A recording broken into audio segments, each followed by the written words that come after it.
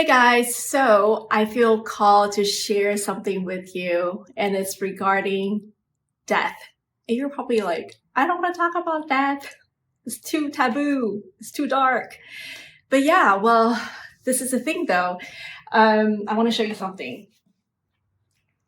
It's a beautiful painting that I received from a friend from New Mexico. And when she sent it to me, I just have this goosebumps all over me. It's like, wow, this is such a powerful painting. I love it.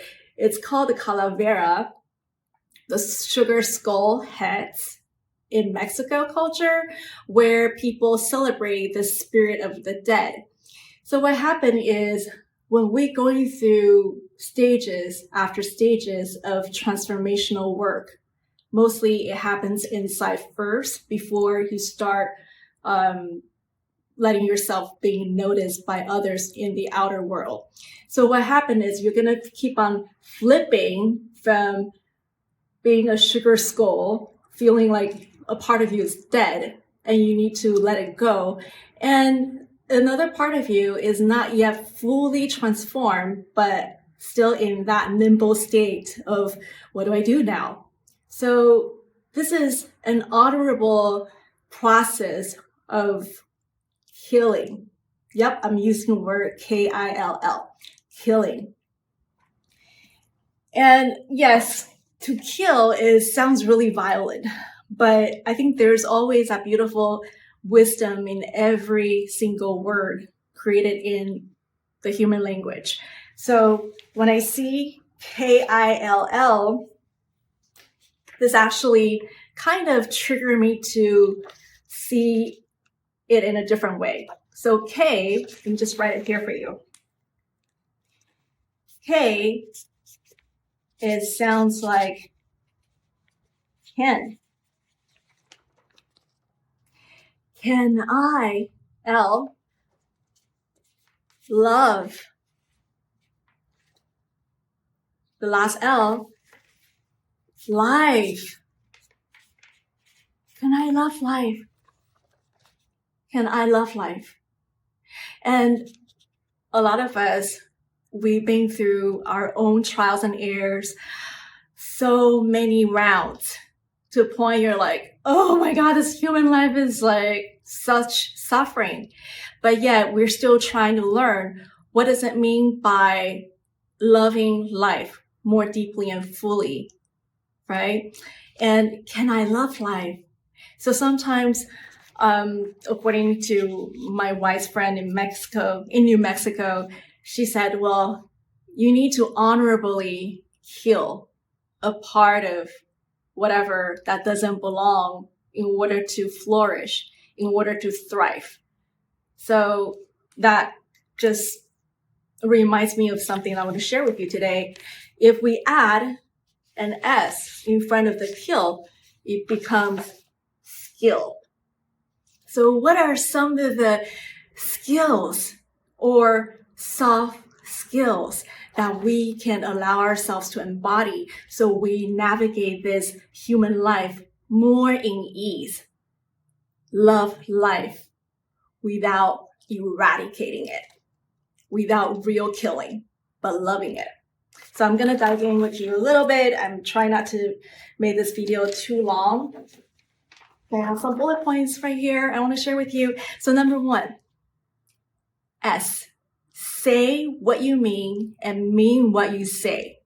A lot of times we find ourselves trapped in a deceptive situation because, either other parties or people just can't grasp what we're trying to convey, because the way we behave versus the way we speak seems misaligned. It's mismatched. So there's a lot of miscommunication caused in situations or relationships, right?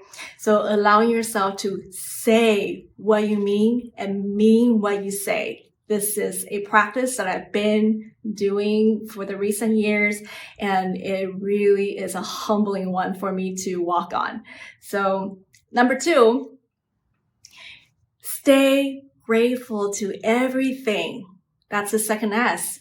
And you have to understand how important gratitude is. And it sounds like a cliche, but literally when you are fully allow yourself to embody the energy of, I am grateful for all the challenges, for all the setbacks, for all the things that just didn't work out in my life, then I really get to be grateful for all the extras that's falling off, unexpectedly out of the blue. And I'm not taking anything for granted because I am grateful for my breath, because when I'm breathing, I know there is a purpose why I am still alive. So let go of all the things that you feel you need to be grateful for, but come back to the basic element of, wow, I'm breathing. Why am I still alive here? Okay, since I'm still breathing and alive, what can I do that feels more uplifting to my current life, or to, or bring some positive impact to other people's life? That's number 2. Number 3, soothe your inner child's anxiety and fear.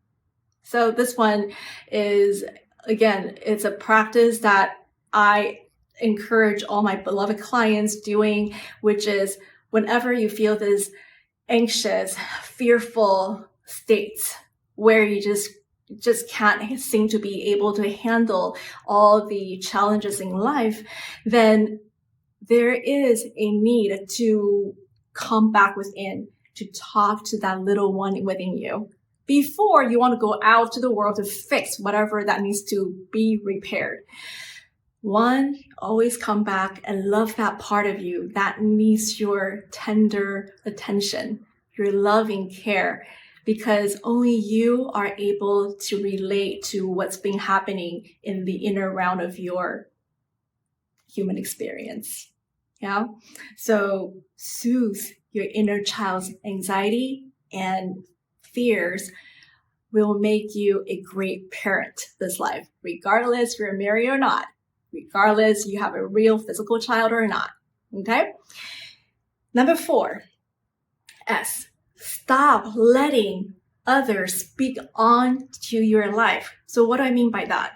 So when we are empathic beings and we tend to just kind of tap into other people's emotional needs, and there are a lot of times, even in my personal journey, I feel like it was being treated like doormats because people, didn't reciprocate what I was offering on an emotional level, and I felt bad for myself, and that affected my sense of self-worth. So here is a tough lesson, well, almost like a black belt that you want to train yourself into, is you can still have that big heart, but learn to have discernment to not allow other people, especially people who are not willing to look at their shadow sides, not willing to do the healing journey by themselves. You don't want their reflection, their projection onto you and take it personally. That's what I mean. Okay. So stop giving anyone who's not on the healing journey, don't let their words affect you, basically. You don't give your power away to their projections. All right. So number 5, the number 5S, sorry, but not sorry. So again, what do I mean by this? When you are a highly sensitive being, you tend to just take on a lot of guilt from people's expectation. Like, wow, if I say no to this particular request from my friend, she's going to hate me. He's not going to be okay with that. And a lot of times we get ourselves all wrapped up in this cycle of not forgiving ourselves for our capacity of not being able to meet other people's needs. So release the expectation of you need to fulfill everyone's needs, because that's not your job. Your job is to learn to be courageous, show up for your healing journey, and allow other people to do their own healings as well. So again, sorry, but not sorry, because you are owning your big heart with sacred boundaries.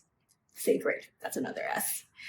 Okay, then the last one, which is important because we're in the numerological cycle of 8. So 8, when you flip to the horizontal, it looks like an infinity, right?